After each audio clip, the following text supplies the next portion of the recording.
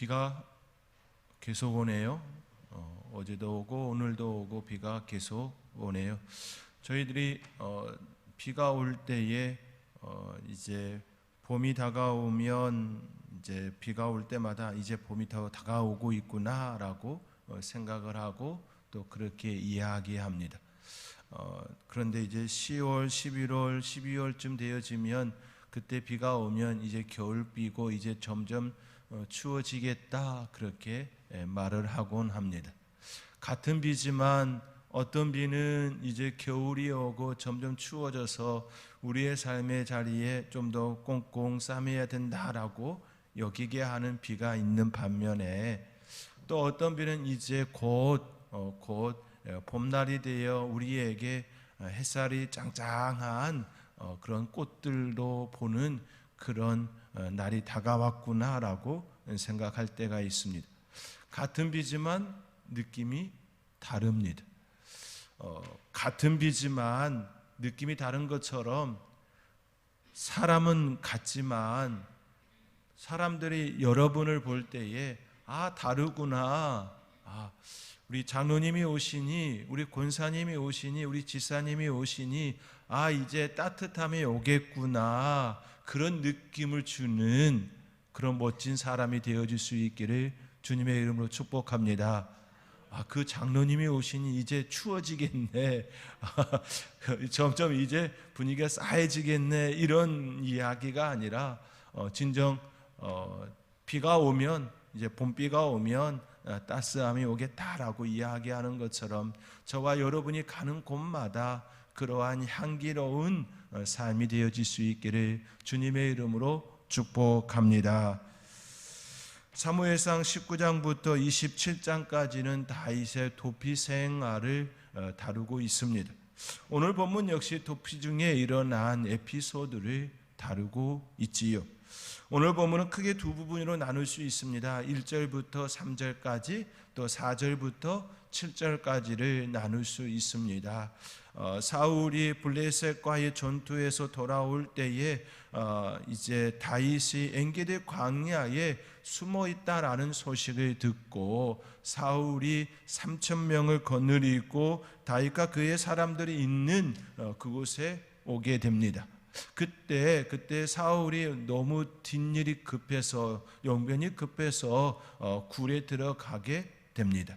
이것이 1절부터 3절까지의 내용이고 4절부터 7절까지는 그 글 속에 깊은 곳에 다윗과 그의 일행들이 있었는데 그 일행들이 그가 있는 줄 모르고 사울이 들어와 용변을 볼 때에 다윗이 조용히 다가가서 그의 옷자락을 베었다라는 내용이 오늘 본문의 내용입니다.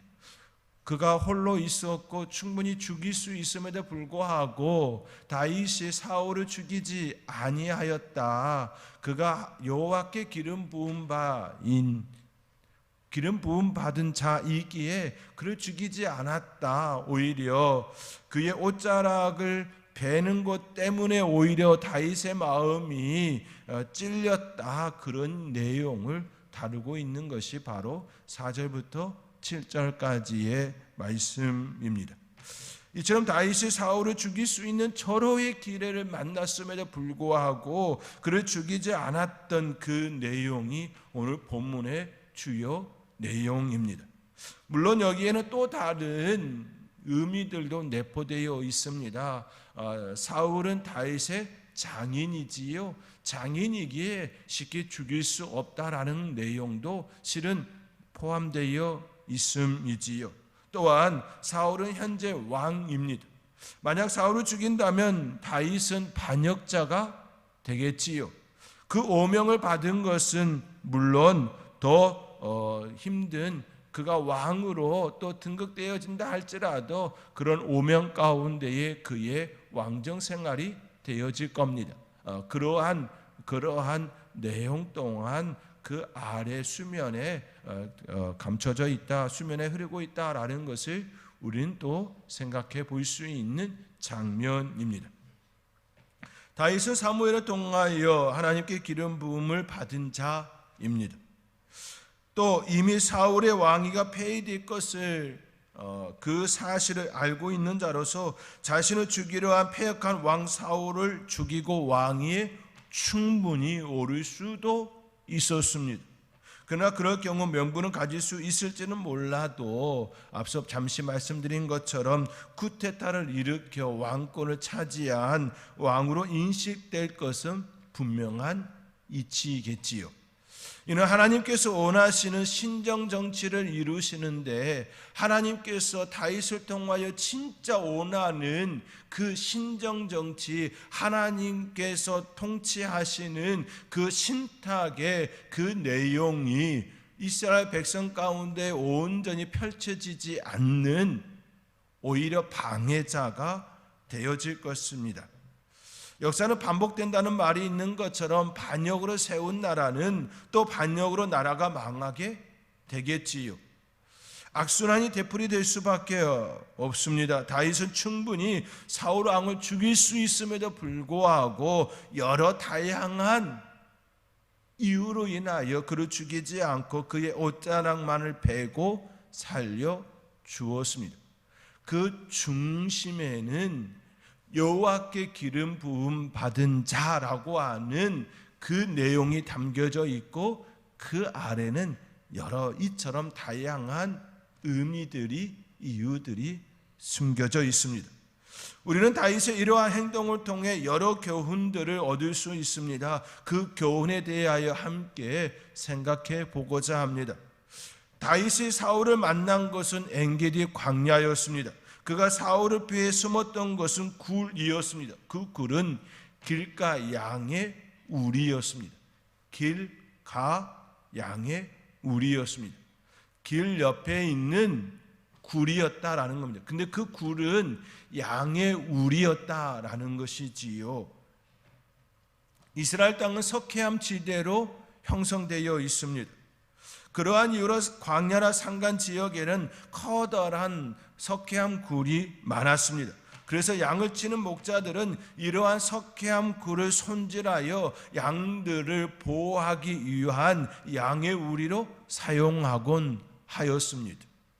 이러한 양의 우리는 한낮에는 양들의 뜨거운 태양으로부터 보호하여 주었고 밤에는 맹수들의 위험에서 보호하는 최적의 안식처였습니다. 길가 옆에 있는 길가 양의 우리는 이처럼 매우 요긴한 안식처이고 보호받는 도피처이고 그들이 참으로 어려운 그때에 도움을 받는 그런 공간이었습니다. 다윗은 엔게디 광야에서 길가 양의 우리를 만나게 되었고 그는 그곳에 들어가 쉼을 얻게 되었습니다. 오늘 본문 3절의 말씀입니다. 우리 함께 오늘 본문 3절의 말씀 함께 읽겠습니다. 길가 양의 우리에 이른즉 굴이 있는지라.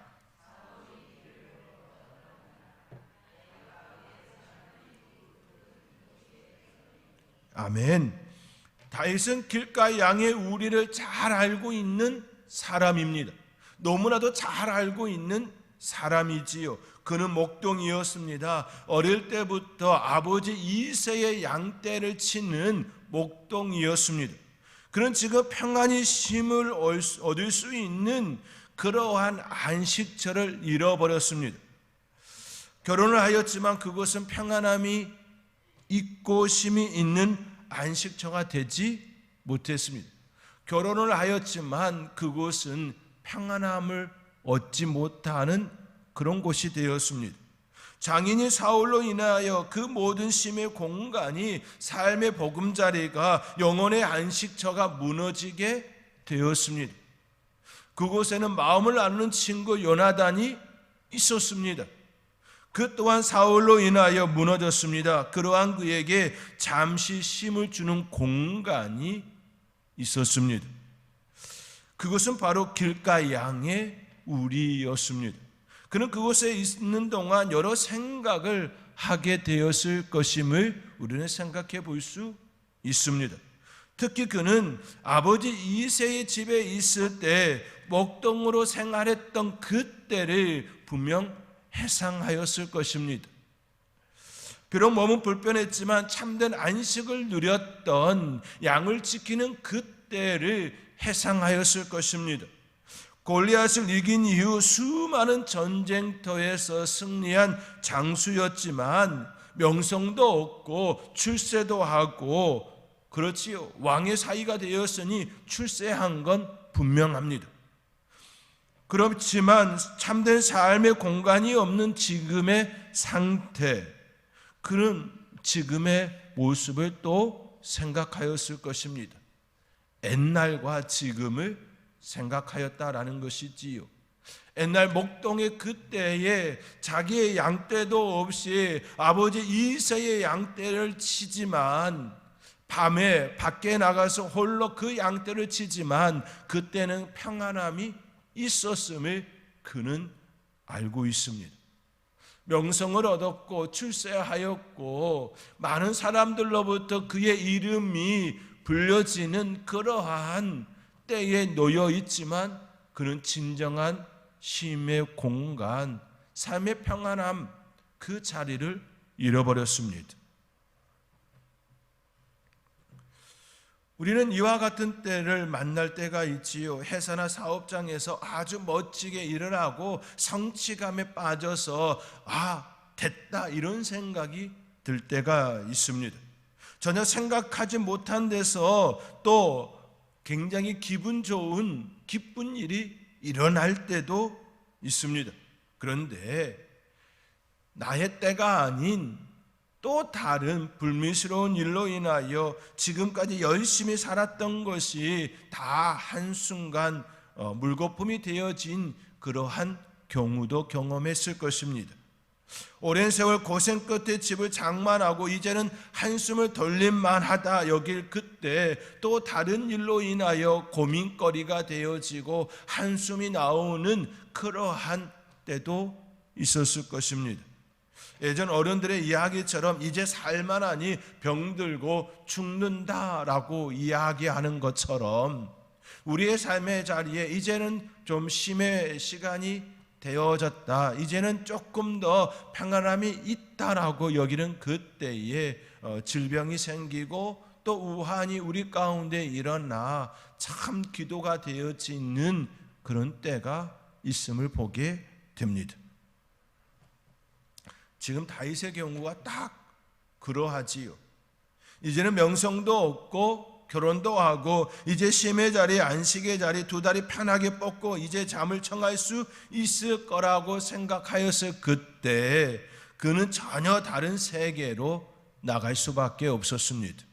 그러한 가정 중에 길가의 양의 우리를 만났습니다.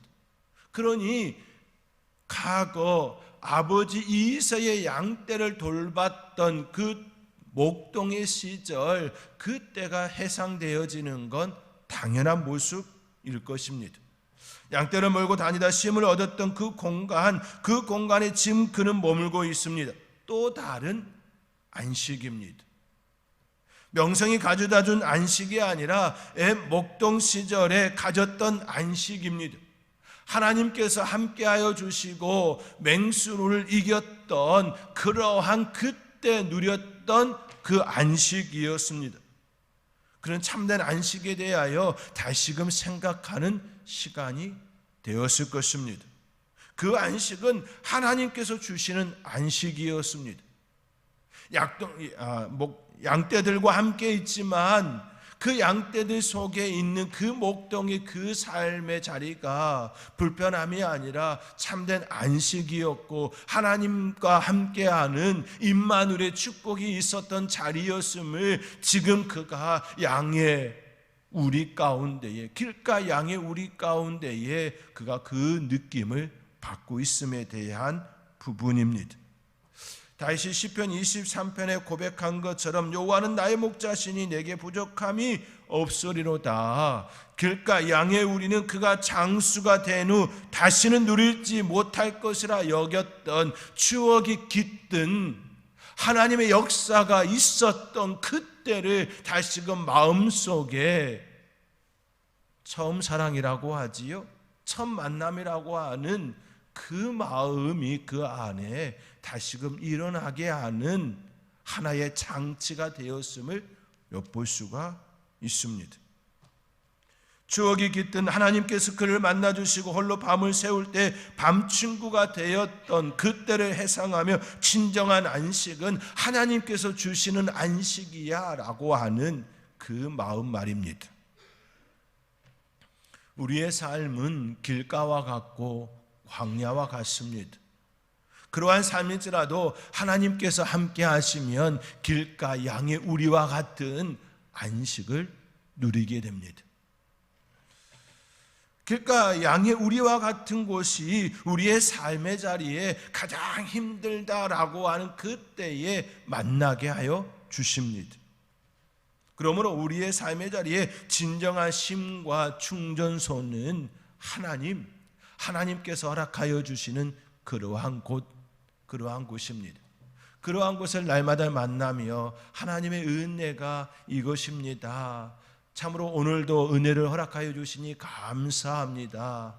그렇게 고백하며 삶을 살아가는 저와 여러분의 삶이 되어줄 수 있기를 주님의 이름으로 권면드리며 축원드립니다. 다윗이 머물고 있던 그곳에 사울이 용변이 급하여 들어왔습니다. 사울은 호위병사와 함께 들어오지 않았습니다. 홀로 그 안에 들어왔습니다. 그렇다고 먼저 호위병사들이 그 굴 끝까지 샅샅이 살핀 것도 아니었습니다. 너무나도 급한 나머지 홀로 굴에 들어왔습니다. 그리고 용변을 봅니다. 다윗의 일행들이 생각할 때에 이러한 기회는 앞으로 절대 없을 것이라 여겼습니다. 절호의 기회라고 여겼습니다. 하나님께서 주신 것이라 그렇게 생각하고 또 판단하게 되었습니다. 그리하여 다윗에게 내 좋은 대로 행하라, 내 좋은 대로 행하라 이처럼 다윗의 일행들은 다윗에게 권합니다. 오늘 본문 4절의 말씀입니다. 우리 함께 오늘 본문 4절의 말씀 우리 함께 읽겠습니다. 다윗의 사람들이 이르되 보소서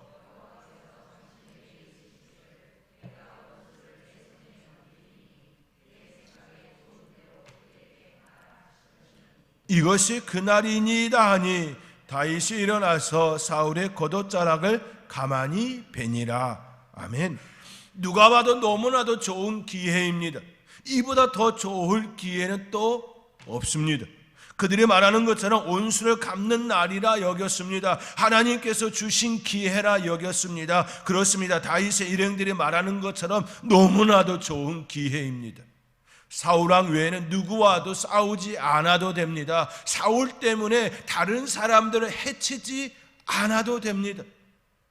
싸우지 않아도 그냥 사울왕만 말끔히 처단할 수 있는 그런 초로의 시간입니다.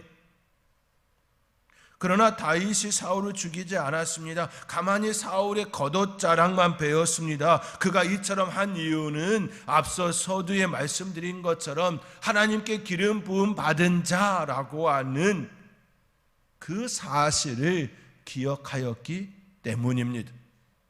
기억한다는 것은 그렇게 매우 중요합니다. 무엇을 기억하느냐에 따라 삶은 달라집니다. 같은 환경에서 같은 부모 밑에서 자랐지만 형제가 같은 마음을 품는 것은 아닙니다. 어떤 형제는 부모를 원망하고 또 원망하는 이가 있습니다. 또 어떤 형제는 부모에게 감사하고 또 감사하는 이가 있습니다. 그 이유는 부모가 자녀에게 잘못을 행하고 못된 모습들을 보이고 또 좋지 않은 행동들을 했음에도 받아들이는 모습이 다르고 기억하는 것이 다르기 때문입니다. 부모의 좋지 않은 모습이 분명 동일하게 형제들에게 나타났지만 그럼에도 불구하고 버리지 않고 함께 살았다라고 하는 그 하나만으로도 충분히 나를 미워할 수 있음에도 불구하고 그럼에도 불구하고 좋은 기억으로 해석하고 받아들인 형제의 모습이 있다는 겁니다. 술 먹는 아버지 밑에 술 전혀 안 먹는 아들의 모습이 있고 그보다 더 많은 술을 마시는 아들이 있는 것처럼 말입니다. 똑같은 부모 밑에 다른 행동을 하는 그런 형제들의 모습이 있지요. 그의 마음속에 다른 것을 품은 겁니다.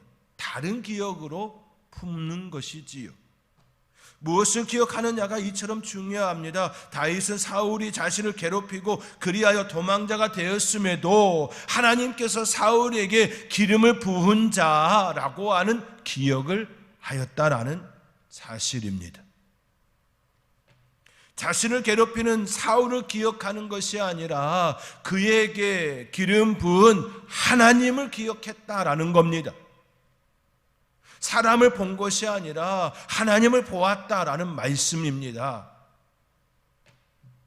사람의 행동을 기억하지 않고 하나님을 보셨다는 것은 하나님의 일하심을 믿는다, 하나님의 일하심을 믿는다라는 의미가 내포됩니다. 다윗은 기름 부음 받은 자를 본 것이 아니라 기름 부은 자, 그 하나님을 보았습니다. 같은 부모 밑에 형제들이지만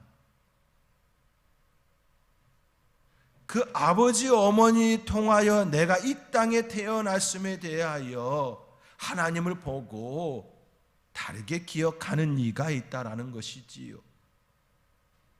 오히려 내 안에 그 하나님을 통하여 내 아버지 어머니를 다르게 해석함이 일어났다라는 겁니다.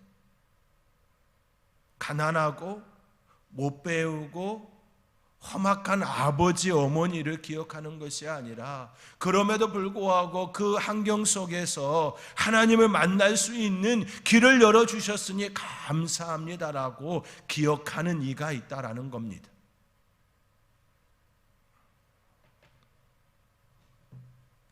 기억함이 다름이지요. 내 삶의 해석을, 내 삶을 다르게 해석했다라는 의미입니다. 다윗은 기름 부음 받은 자를 본 것이 아니라 기름 부은 그 하나님을 보았습니다.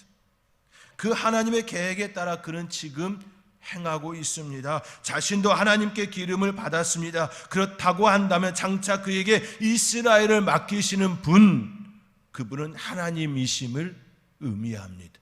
때가 되어지면 분명 하나님의 뜻에 따라 내가 이스라엘의 왕이 되어질 것을 그는 분명히 알았습니다. 내가 굳이 사울을 죽이지 않아도 때가 되었으면 반드시 하나님께서 나를 하나님의 방법대로 이스라엘 왕으로 삼으실 것을 보았다라는 의미입니다. 하나님을 보았다, 하나님을 기억했다라는 의미는 바로 그 부분까지 나아감입니다. 자신이 사울을 죽이지 않아도 하나님께서 모든 것들을 정리하시고 가장 좋은 길로 내어주심을 믿었다라는 의미입니다. 그러나 세상은 그렇게 말하지 않을 때가 참 많습니다. 때로는 가장 가까이에 있는 사람들조차도 그렇게 반응하지 않을 때가 있습니다. 여론에 휩쓸리면 하나님의 뜻을 바라보지 못하게 됩니다. 다윗의 일행들은 하나님께서 주신 때이니 절호의 기회이니 이때가 그날이니 라고까지 말하였습니다. 만약 다윗의 일행들의 그 이야기를 들었다면 다윗은 사울을 죽였을 것입니다. 아주 좋은 기회라고 여기고 다른 이들은 피해주지 않고 사울만을 죽일 수 있으니 이보다 더 좋은 기회가 없다라고 여겼다면 왕이 되었을 것입니다. 왜냐하면 이미 다윗도 기름 부음 받은 자라는 것을 알고 있기 때문이지요. 그러나 다윗은 여론의 휘둘림을 당하지 않고 하나님의 뜻을 따랐습니다. 우리는 여기서 매우 중요한 영적 교훈을 얻을 수 있습니다. 세상은 늘 우리에게 좋은 기회라고 말하고 또한 실제로 우리 눈에도 그렇게 보일 때가 있습니다. 좋은 것이 아니라 하나님께서 원하시는 것이 좋은 것입니다.